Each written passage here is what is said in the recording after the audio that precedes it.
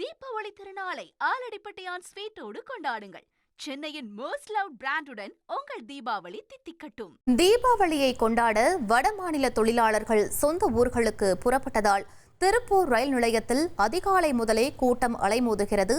இது பற்றிய மேலும் விவரங்களை எமது செய்தியாளர் அருண்குமார் வழங்க கேட்கலாம். அருண், தற்போது அப்பகுதியில் நிலவக்கூடிய சூழல் என்னவாக இருக்கிறது? முழு விவரங்களை பதிவு பண்ணுங்க. வணக்கம். குறிப்பாக தீபாவளி பண்டிகையை கொண்டாட வடமாநில தொழிலாளர்கள் தங்கள் சொந்த ஊருக்கு செல்வதற்காக திருப்பூர் ரயில்வே நிலையத்தில் இரவு முழுவதுமே காத்திருந்து அதிகாலை வந்த ரயிலில் ஏறியதால் அதிக அளவில் கூட்டம் இருந்தது.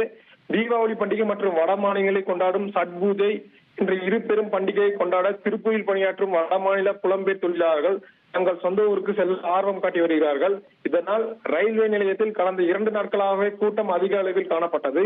இந்த நிலையில் திருப்பூரில் உள்ள அனைத்து பனியன் நிறுவனங்களுக்குமே போனஸ் வழங்கி விடுமுறையும் அறிவித்ததால் வடமாநில தொழிலாளர்கள் ரயில்வே நிலையத்தில் குவிந்து வருகிறார்கள்.